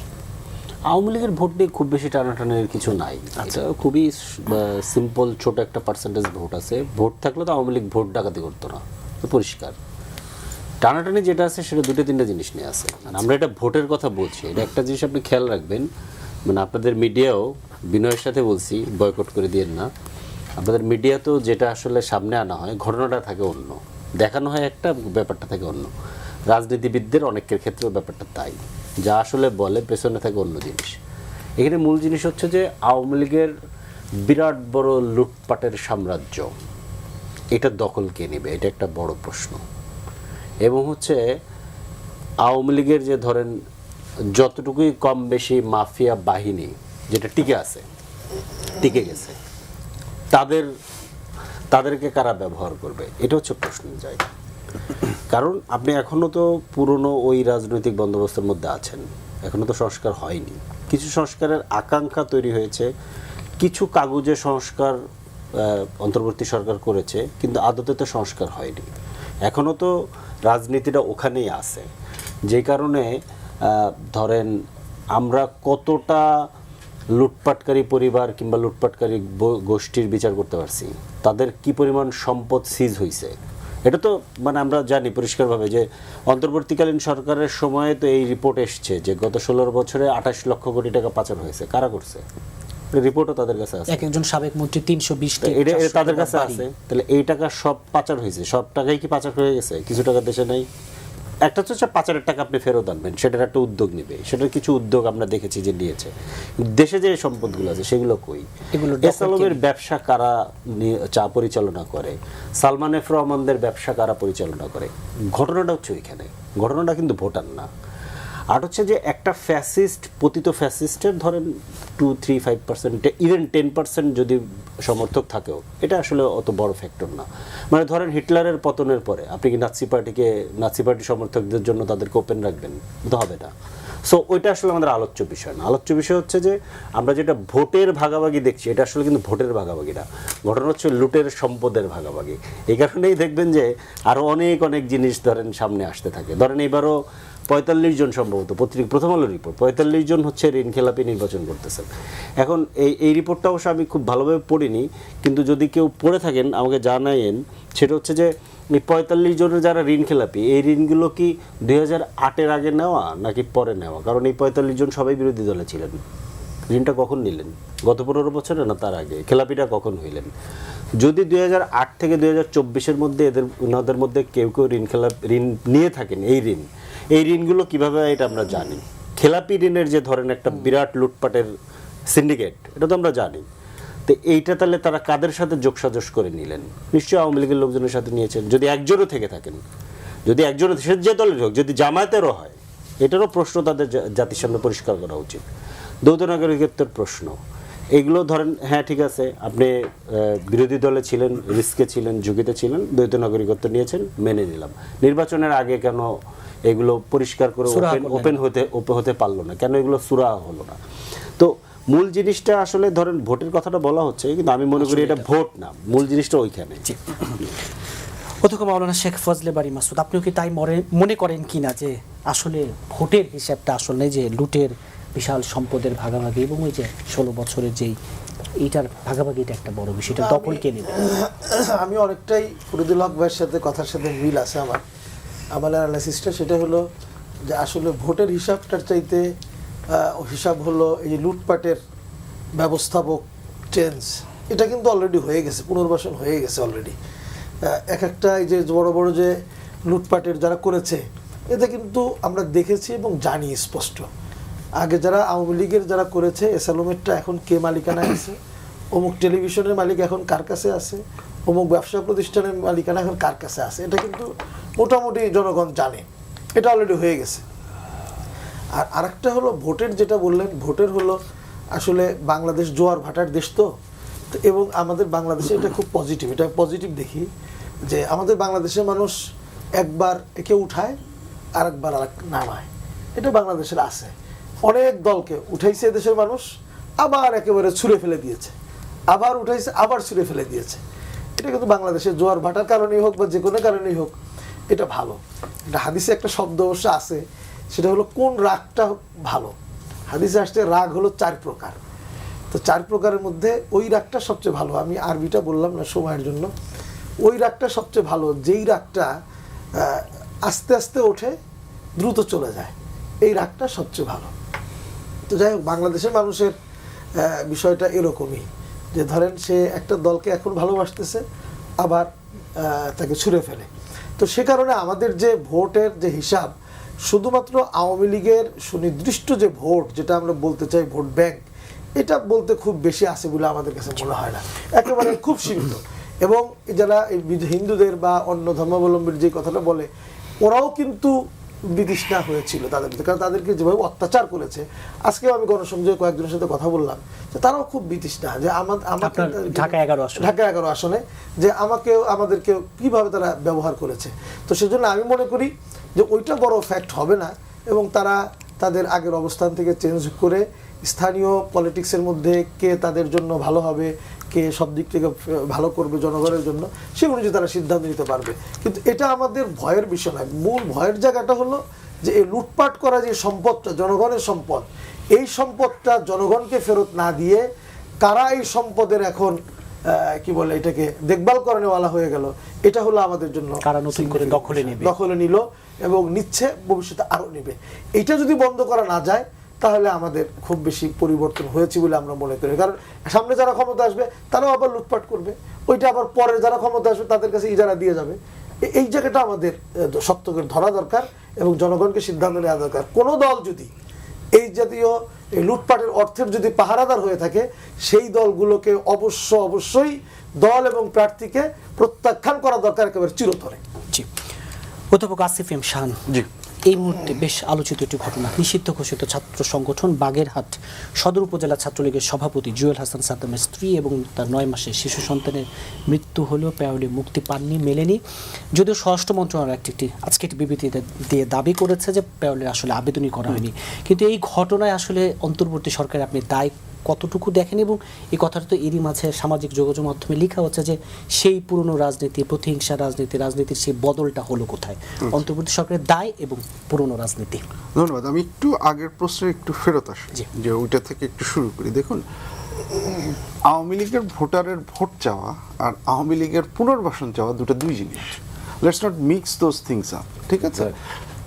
এই ভোটাররা আছেন, এখন এই ভোটাররা ডিসিশন নেবেন, সেই ডিসিশনটা কোনো রাজনৈতিক দল তার পক্ষে নিতে চায়। এইটাকে যদি কেউ বেআইনি মনে করেন, তাহলে সেইটা বরং ডেমোক্রেসির জন্য অনেক বেশি ক্ষতিকর একটা ব্যাপার। এবং একই সাথে এইটা খুব ইম্পর্ট্যান্ট এটা বোঝার জন্য যে আপনি ভোট পেতে চাচ্ছেন, ভোটটা হচ্ছে কি আপনি আশা করছেন, that doesn't necessarily mean that হচ্ছে আপনি হচ্ছে আওয়ামী লীগকে ফেরত চাচ্ছেন। বরং আমি তো উল্টাটা দেখি, এই ভোটার্সদেরকে যদি আপনি আপনার পার্টির সাথে নিয়ে আসতে পারেন, that will actually make it difficult for Awami League to come back, কারণ এই ভোটার বেসটা হচ্ছে গিয়ে নাই, নাম্বার 1। নাম্বার 2, যে জিনিসটা ইম্পর্টেন্ট, যে I think we will have a shock. আমি এখন রিসার্চ বা বিভিন্ন ইস্যু করতেছি, I am not saying that right now, আমি এখন বলবো না, আমি এর সাথে বলবো। I can give you a number of parliamentary seats যেইখানে এই দুইটা দলই প্যাম্পার করছে আওয়ামী লীগের ভোটারদের স্পেসিফিক্যালি, এমনভাবে প্যাম্পার করছে যে যেই দলকে আপনি সবসময় রিফর্মের পক্ষে, গণভোটের পক্ষে হ্যাঁ দিতে বলেন, সেই দলও ওই পার্টিকুলার আসনে হ্যাঁর প্রচার চালাচ্ছে না, because they are afraid that এতে এই ভোটগুলা সরে যাবে। আপনি যদি ধরেন যে 5%ও আছে, কথার কথা, একটা আসনে যেখানে 40 লাখ ভোট, 10% আছে, যদি ধরেন 40 লাখ ভোটের 10% হচ্ছে 40,000। ইলেকশন যদি ক্লোজ হয়, তাহলে এই 40,000 vote can actually decide that হচ্ছে গিয়ে কোন দল জিতবে, কোন দল হারবে। এবং আমি আপনাকে বলছি, এটা 10% না, আপনি সার্ভেগুলো দেখেন বিভিন্ন সময়ে, যে একদম আনডিসাইডেডের পার্সেন্টটা দেখেন কি পরিমাণ হাই, ডিসাইডেডের ইস্যুটাও দেখেন, আমরা সর্বোচ্চ মানে আমার কাছে যেগুলো গ্রহণযোগ্য জরিপ মনে হয়েছে সেখানে একটাতে আমরা 18% পর্যন্ত দেখেছি with a number of undecided. এবং যেটা আমি বললাম যে এইটা আসন টু আসন ভ্যারি করে, এবং যারা বাংলাদেশের পলিটিক্স যারা করেন তারা খুব ভালো মতোই জানেন যে there are some certain belts, certain areas যেই জায়গাগুলোতে এই ইস্যুটা স্ট্রং, কিছু জায়গা আছে ইটস এক্সট্রিমলি উইক। যেই বেলগুলো বা যেই জায়গাগুলোতে এটা স্ট্রং সেখানে রাজনৈতিক দলগুলোর পক্ষে এই ভোটটাকে ইসে করার মধ্যে আমি এগেইন এইটার সাথে আওয়ামী লীগের ইসে করার কোনো ধরনের আসলে আমি সম্পর্ক দেখি না, নাম্বার ওয়ান। নাম্বার টু, আচ্ছা এখন হচ্ছে আপনি যে প্রশ্নটা করলেন, দেখুন এখানে আমরা একটা ব্যাখ্যা শুনছি যে প্যারোলে আসলে উনি আবেদন করেননি, এসে করেননি। এখানে দুইটা প্রশ্ন চলে আসে। নাম্বার ওয়ান, যেইটা সবচেয়ে গুরুত্বপূর্ণ প্রশ্ন, যে আমরা জুলাইয়ের যে অ্যাসপিরেশন, জুলাইয়ের যে লক্ষ্য, জুলাইয়ের যে গোলটা ছিল, সে গোলটা নিশ্চয়ই এইটা ছিল না যে আমরা ঠিক যেভাবে নির্যাতিত হয়েছি বা রাজনৈতিক দলগুলো যেভাবে নির্বাচিত হয়েছে এক্স্যাক্টলি সেইটা হবে। সো প্রথম কথা হচ্ছে সেটা হয়েছে কিনা। এখন এই ক্ষেত্রে আমি ঠিক জানি না যে জামিনের যে বিষয়গুলো বা জামিন ইসে করা যার কারণে, না আমি বলছি হচ্ছে আগে মৃত্যুর ব্যাপারটা, পরে হচ্ছে গিয়ে প্যারোলেলি সেটা। সো এসেনশিয়ালি এই যে মারা যাওয়ার যে ঘটনাটা, এইটার সাথে হচ্ছে আমরা প্রসিডিউরাল কোনো মিস্টেক আমরা করেছি কিনা, যেটা এটাকে হয়েছে সেটা আমাদের বের করা দরকার, নাম্বার ওয়ান। নাম্বার টু, আমি আজকে যে রিপোর্টটা দেখলাম সেখানে মোটামুটি এইটা আমার কাছে মনে হলো পরিষ্কার যে প্যারোলে আসলে আবেদনটা করা হয়নি। মানে ওনারা বাগেরহাটে গেছেন, ওনারা একটা জেলায় গেছেন, তারপরে আরেকটা গেছেন, ওনারা বলেছেন না এইভাবে হবে না, ওইভাবে হবে। আমি বিষয়টাকে এইভাবে দেখি, এসেনশিয়ালি তাহলে এই যে প্রসিডিউরাল বটলনেকটা আছে, যে আমার আত্মীয় বা ইসে মারা গেছেন, আমি প্যারোলের জন্য আপিল করছি, এবং মেবি প্যারোলে আপিল যদি আমি করতে পারতাম তাহলে হয়তো এই ঘটনাটা ঘটতো, কিন্তু এই প্রসিডিউরাল কমপ্লেক্সের জন্য আমার ঘুরতেই হচ্ছে। আমি যশোরে করছি বলছে ওইখানে করেন, ওইখানে আপিল করছি বলছে হচ্ছে জেলারে করেন, আবার যেইখানে এই ঘটনা ঘটছে উনি বলছেন যে না আমার কাছে তো কোনো আসেনি, হুইচ ইজ আ ফ্যাক্ট। তাহলে এইটা তো একটা খুব ইম্পর্টেন্ট কোয়েশ্চেন যে আইনের ইস্যু যেটা আছে সেটা তো অফকোর্স আমাদের করতে হবে, কিন্তু এই যে মানবিক জায়গাটা, সেই জায়গাগুলোতে যে চেঞ্জ আনার দরকার ছিল, আমরা তো সেই চেঞ্জ বা রিফর্মগুলো এই প্রসিডিউরাল জায়গাতে আনতে পারিনি। সো এইটা তো আমাদের হচ্ছে কি একটা বড় ধরনের ব্যর্থতা, এবং সেই ব্যর্থতা তো আমাদের অ্যাকনলেজ করতে হবে, কারণ if we don't acknowledge that, এবং আমরা যদি এইভাবে এই কনক্লুশনে আসি যে দিস ইজ জাস্টিফাইড, তাহলে বেসিক্যালি হচ্ছে কি আমরা আসলে কোনো ধরনের লার্নিংই আসলে নেইনি, আমরা আবারও হচ্ছে রিভেঞ্জ বেস পলিটিক্সের দিকে চলে যাব। জি, ব্যারিস্টার নাসিরউদ্দিন আহমেদ অসীম, আমরা গত 16-17 বছরে ছাত্রদল যুবদলের অনেক নেতাকর্মীর এই ধরনের ঘটনার শিকার হতে দেখেছি। বাবার জানাজায় ডান্ডা বেরিয়ে পড়ে, এগুলো তো খুব আলোচিত ঘটনা ছিল। জানাজায় শরীক হতে গিয়েছে, ধরে নিয়ে গিয়েছে। এই যে অধ্যাপক আসিফ এম শান বলছেন এবং নাজির মাঝে কথাটা আছে যে তাহলে পুরনো শের বদল হলো কোথায় এই ঘটনা? আমি আমি আমি শাহান ভাইয়ের সাথে একমত সম্পূর্ণ। আমরা মানবিক একটা রাষ্ট্র চাই। একটা বিষয় ছিল যে আপনার ওই যেটা উনি বললেন যে আমলাতান্ত্রিক জটিলতা, যেটা যে আপনার এখানে করবেন তো এখান থেকে ওখানে আসবে, ওখান থেকে আসবে স্বরাষ্ট্র মন্ত্রণালয়ে যাবে, এটা নির্ভর করে আপনার স্বরাষ্ট্র মন্ত্রণালয়ের উপরে। বাস্তবতাটা হচ্ছে যে আপনার তার ফ্যামিলি আপনার বিচার বিশ্লেষণ করে দেখেছেন যে অনেক সময় লেগে যাবে, সেই জন্য তারা আপনার এই করেছেন যে জেলখানাতেই আপনার দেখাবেন। কিন্তু আমার কথা হচ্ছে যে as soon as it comes to the knowledge of the district administration, they should have taken their decision so much. ব্যবস্থাটা ওনাদের নেওয়া উচিত। আমরা ওই যে মানবিক রাষ্ট্রের কথাটা বলছি এজন্যে যে আমরা পরিবর্তনটা চাই, সংস্কারের জন্য যে আমরা এত বছর ধরে মনে করেন আপনার এই গত 1.5 বছর তো মনে করেন সংস্কার নিয়ে কথা হয়েছে। দেখুন একটা বিষয়, চট্টগ্রামে আপনার একটা গেজেট হয়েছে যে 2টো আদালত সাতকানিয়াতে আপনার এই করা হবে, আপনার সেটাকে মনে করেন যে আবার চ্যালেঞ্জ করা হয়েছে। তো আমরা যে বলি যে সিভিল অ্যাডমিনিস্ট্রেশন বলেন, লোকাল অ্যাডমিনিস্ট্রেশনের কথা বলেন, জুডিশিয়ারি মনে করেন যে মানুষের দৌড় প্রান্তে পৌঁছানোর জন্য, যেটা আমরাই দেখা গেছে সে জায়গাতে সেটার বিরোধিতা করছি। মানে আমরা সংস্কারের যে কনসেপ্ট সেটা আমরা এখনো ধারণ করতে পারছি না। আমার এই যে বড় ভাই ফজলে বাড়ি মাসুদ ভাই একটা কথা বললেন যে ঋণ খেলাপি 41-42 জন নির্বাচন করছে কেন? অন্তর্বর্তীকালীন সরকার তো অনেকগুলো আইন করেছে, অনেকগুলো আপনার অধ্যাদেশ জারি করেছেন, তারা কেন আপনার এই করলেন না? যারা মনে করেন যে হ্যাবিচুয়াল আপনার কি বলে ডিফল্টার, তারা যেন নির্বাচন করতে না পারে, কেন ওনারা সে ধরনের আইন করেননি? কেউ তো মানা করেনি। আরেকটা কথা আপনি বলেছেন কে বা কারা টেলিভিশন চ্যানেলের, আপনি যে উদাহরণটা দিয়েছেন, আমি এই কথাটা কেন বলছি, দর্শকদের রেকর্ডে থাকা উচিত। কোনো টেলিভিশন চ্যানেল লাভজনক অবস্থা নাই বাংলাদেশে। এটা সরকারের উপরে মনে করেন যে একটা প্রেশার ক্রিয়েট করার জন্য একটা টুলস হিসেবে ইউজ হয়। এখানে কে আসলো না না গেল, আপনি না গেলে আমি আসতাম, আমি না হলে আরেকজন আসতেন। সো এটাকে আপনি দেখবেন না। আমি একটা উদাহরণ দেই। মাতার বাড়িতে আপনার মনে করেন যে জাপানিজরা কাজ করছেন। আমি কিন্তু শুধু টেলিভিশন বলি না, আমি বলছি, বিভিন্ন আমি বলছি আপনি না না, আমি ব্যবসা প্রতিষ্ঠান, আমি তো জানি না, আপনি স্পষ্ট করে বলেননি কারা করেছে বা কি করেছে। আমরা কাদের আন্ডারে আছি? অন্তর্বর্তীকালীন সরকার আমাদের এখন এই করছেন। মাতার বাড়ি যেখানে আপনার যে বিদ্যুৎ কেন্দ্র বা এই তাপবিদ্যুৎ, তো সে জায়গাতে একজন ভদ্রলোক যে বালি উত্তোলন সমুদ্রের বেসিন থেকে 5 টাকা 40 পয়সা করে দিয়েছিল, 4 টাকা 70 পয়সা যিনি দিয়েছিলেন তাকে কাজটা দেয়া হলো। 5 টাকা 40 পয়সা উনি রিড করলেন, করার পরে হলোটা কি, টোটালটাই বাতিল করে দিলেন। সরকার কি করলেন জানেন? 34 পয়সা করে ওই মাতার বাড়ির যে বিদ্যুৎ কেন্দ্র জাপানিজরা তাদেরকে 34 পয়সা করে দিয়েছে। প্রতি মাসে 1000 কোটি টাকা সরকারের লস হবে। এই যে আমি একটা উদাহরণ এটা দিলাম, কারণ আমি নিজে আইনজীবী, আমি তো এই ধরনের জিনিসগুলো দেখে আসছি। থার্ড টার্মিনাল সেখানে মনে করেন কাজ শেষ হওয়ার আগে 5000 কোটি টাকা দিয়ে দিয়েছে। এই অন্তর্বর্তীকালীন সরকারের সময় হয়েছে। আমরা যে বলি একটা কথা, গুড গভর্নেন্সের কথা, 2007 থেকে 2008 সাল পর্যন্ত এই দেশে তত্ত্বাবধায়ক সরকার ছিল। বিএনপি সরকার যখন ক্ষমতা ছাড়ে তখন টিআই এর ইন্ডেক্স ছিল 2.7, 2007, 8, 9 সেটা নেমে এসেছে 1.8-এ। ইন্ডেক্স যত নিচে নামবে 1 থেকে 10-এর মধ্যে, তত বেশি ধরে নিতে হবে যে দুর্নীতির মাত্রাটা বেড়েছে। আমি তো গ্যারান্টি দিয়ে বলতে পারি যে এই 1.5 বছরের যত দুর্নীতি হয়েছে প্রাতিষ্ঠানিকভাবে হয়েছে, এই সরকার তো সেটা কমপ্লিট করতে পারেনি। তো এনারা কাদের সোর্স? ওনারা তো এই আমাদের মতো আমরা যারা আন্দোলন করেছি, তাই না, তার ফসল। তো তাহলে আমরা কি দেখছি? আপনি পাবেন তো রেজাল্ট। এখন যে কথাটা বললেন কে কোনটা দখল করবে, তার মানেটা কি? দখল করার আপনার চিন্তা ভাবনা ছাড়া তার মানে কোনো রাজনৈতিক দল নাই। আপনি কেন আন্ডারমাইন করছেন? তাহলে আমরা কিছুই শিখিনি। হয় বিএনপি আসবে ক্ষমতায়, নাহলে এনসিপি আসবে, নাহলে জামাত আসবে, আওয়ামী লীগ তো আর আসছে না। তো তাহলে এই যে আপনি বললেন যে দখলের প্রতিযোগিতা, নিয়ন্ত্রণের প্রতিযোগিতা, এটা তো একটা নেগেটিভ মেসেজ দিচ্ছে। আমাদের তো মানে সবচেয়ে বড় দুর্ভাগ্য এই জায়গাতে যে আমরা এ ধরনের একটা আন্দোলন করে একটা ফেসিস্টকে বিদায় করতে পেরেছি, আপনার পতন ঘটাতে পেরেছি।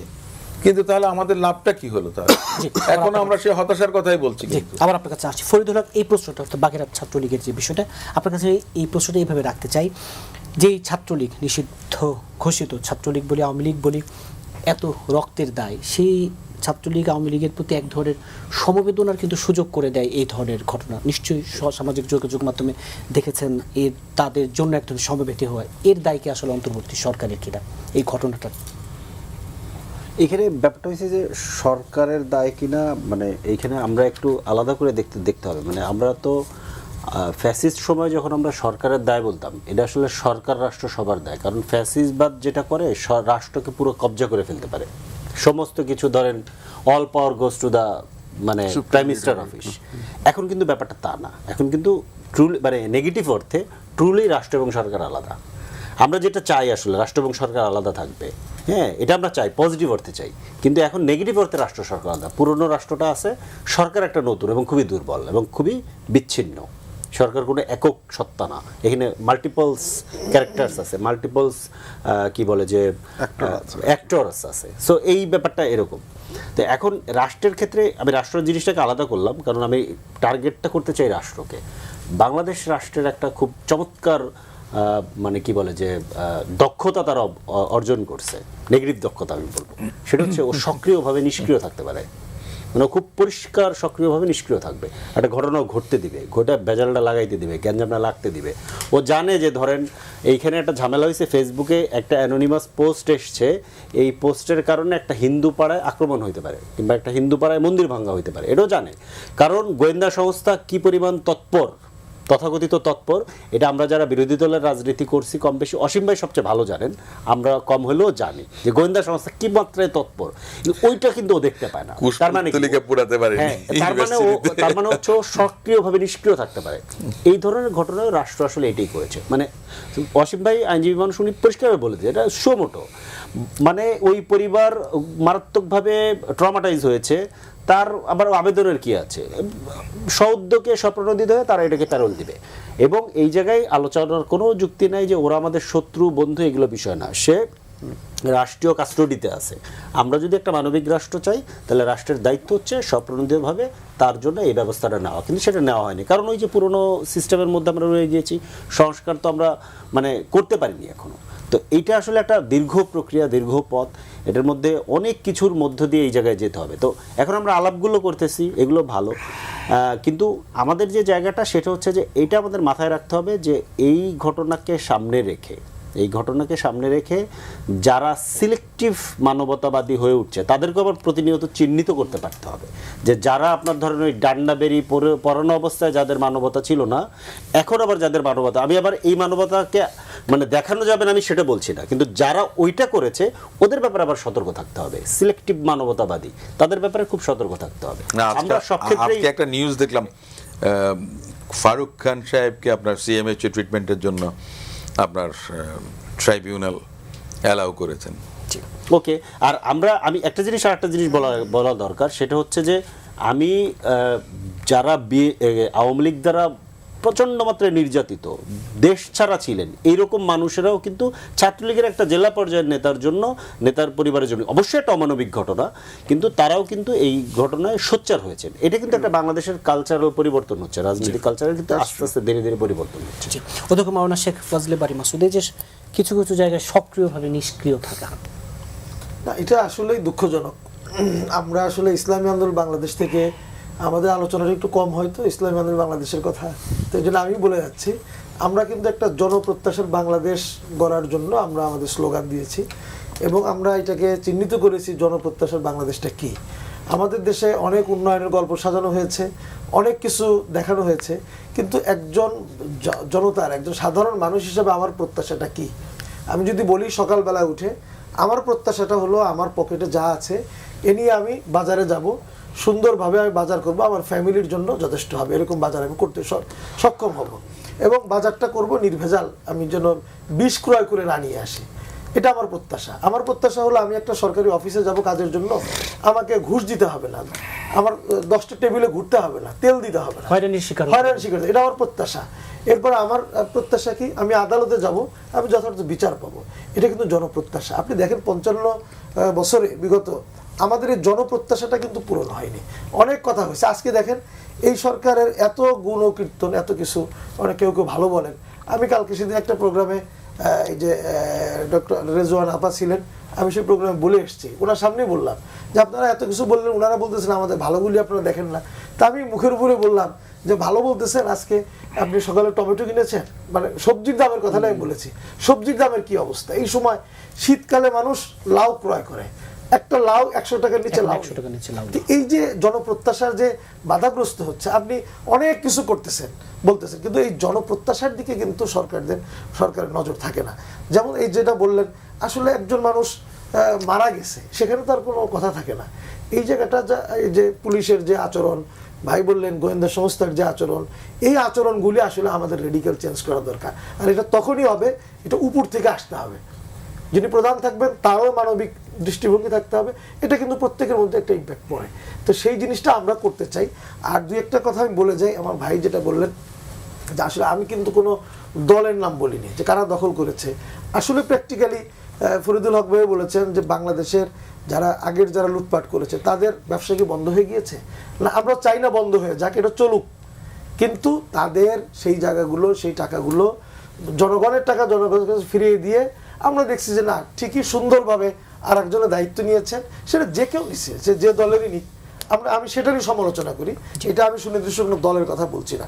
আরেকটা কথা বললেন যে তত্ত্বাবধায়ক সরকারের আমলে, বিগত তত্ত্বাবধায়ক আমলে এই সময় নাকি দুর্নীতির ইন্ডিকেটর অনেক নিচে নেমে গিয়েছিল, মানে মাত্রাটা অনেক বেশি ছিল।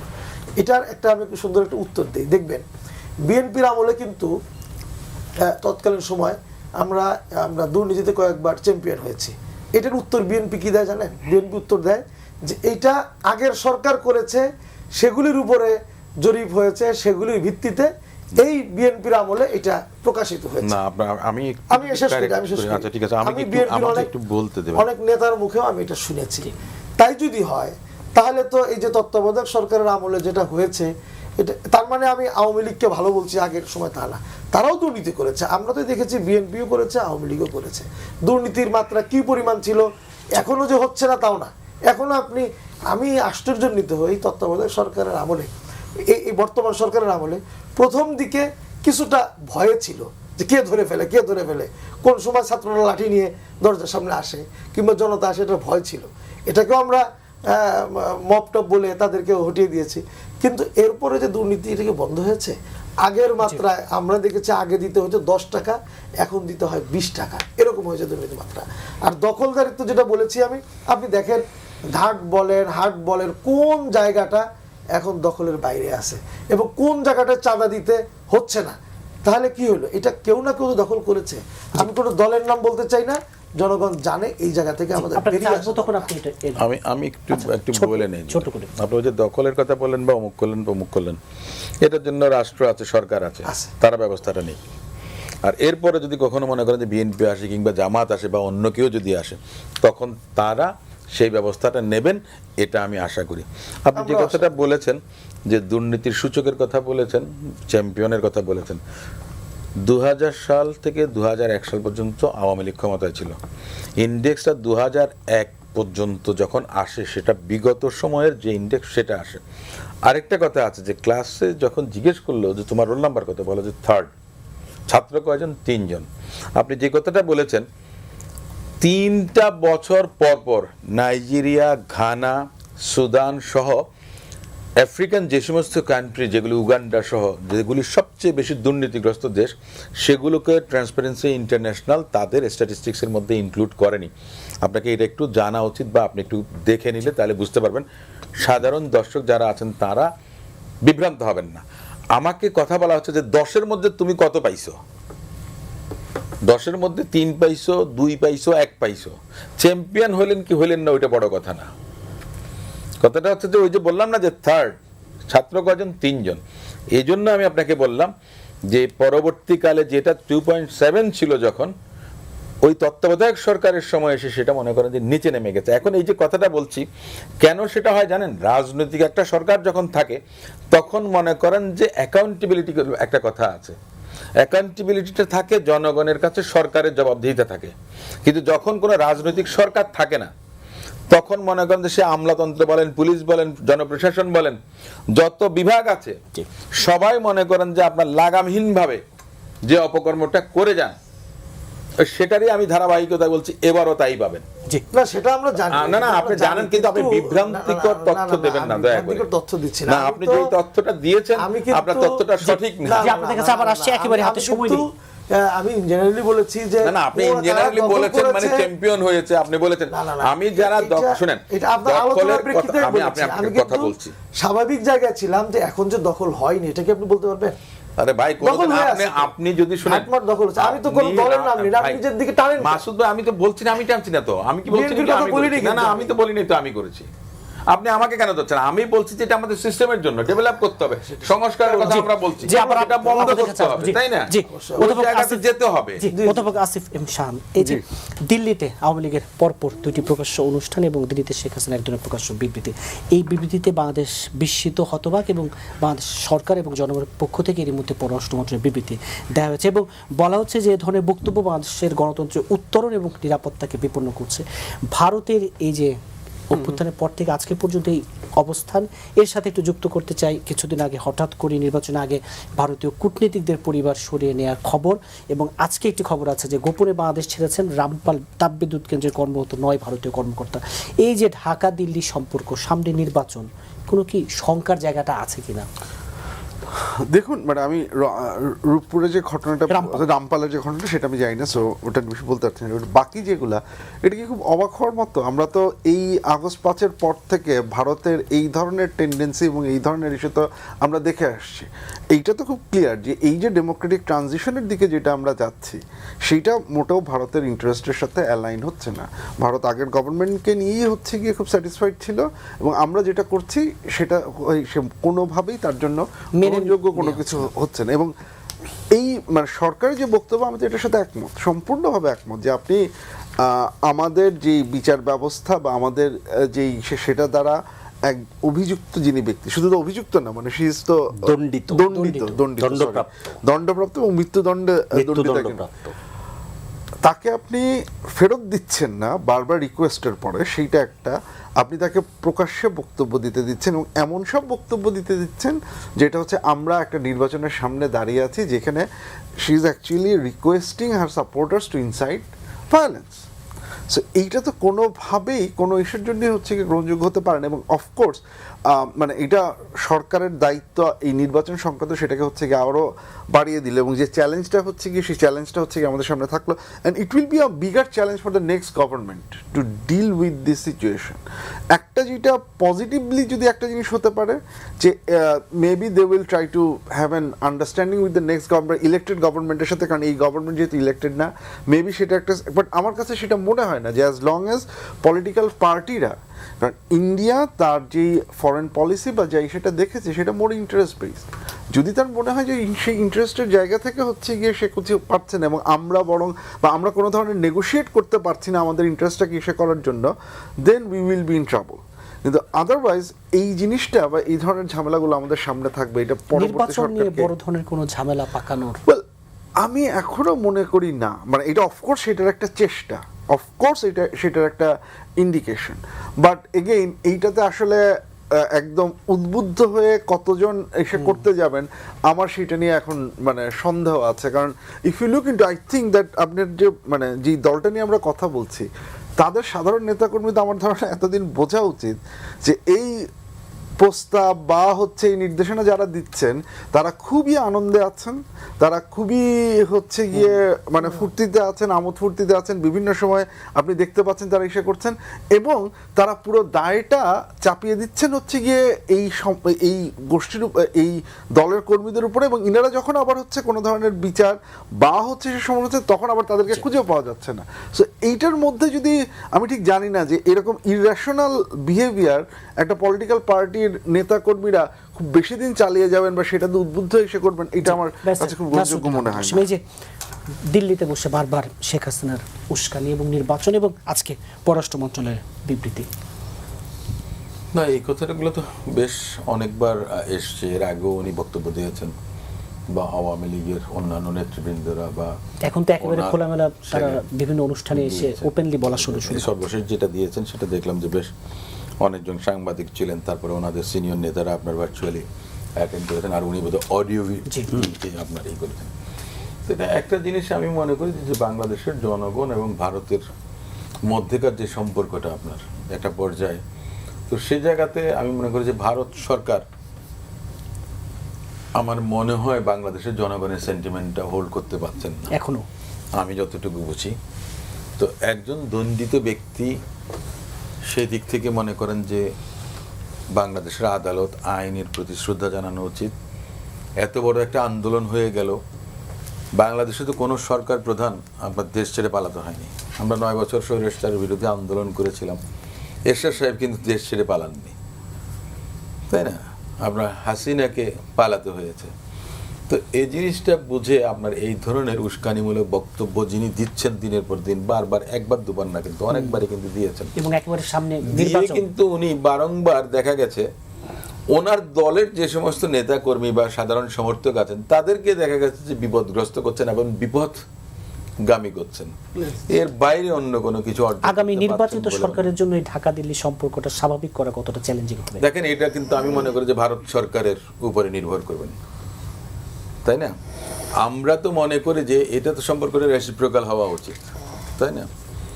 তো সেদিক থেকে এই রেসপন্সটা বাংলাদেশ করবে নাকি আপনার ভারত আপনার বাংলাদেশের জনগণের পালসটা বুঝে ওনাদের যেই কর্মকাণ্ড ওনারা সেটা দেখাবেন, তার উপরে নির্ভর করবে আমি মনে করি। জি। বাংলাদেশের জনগণ যেটা চাইবে, সরকারে যারাই আসুন না কেন তারা বাংলাদেশের জনগণের সঙ্গেই থাকবে।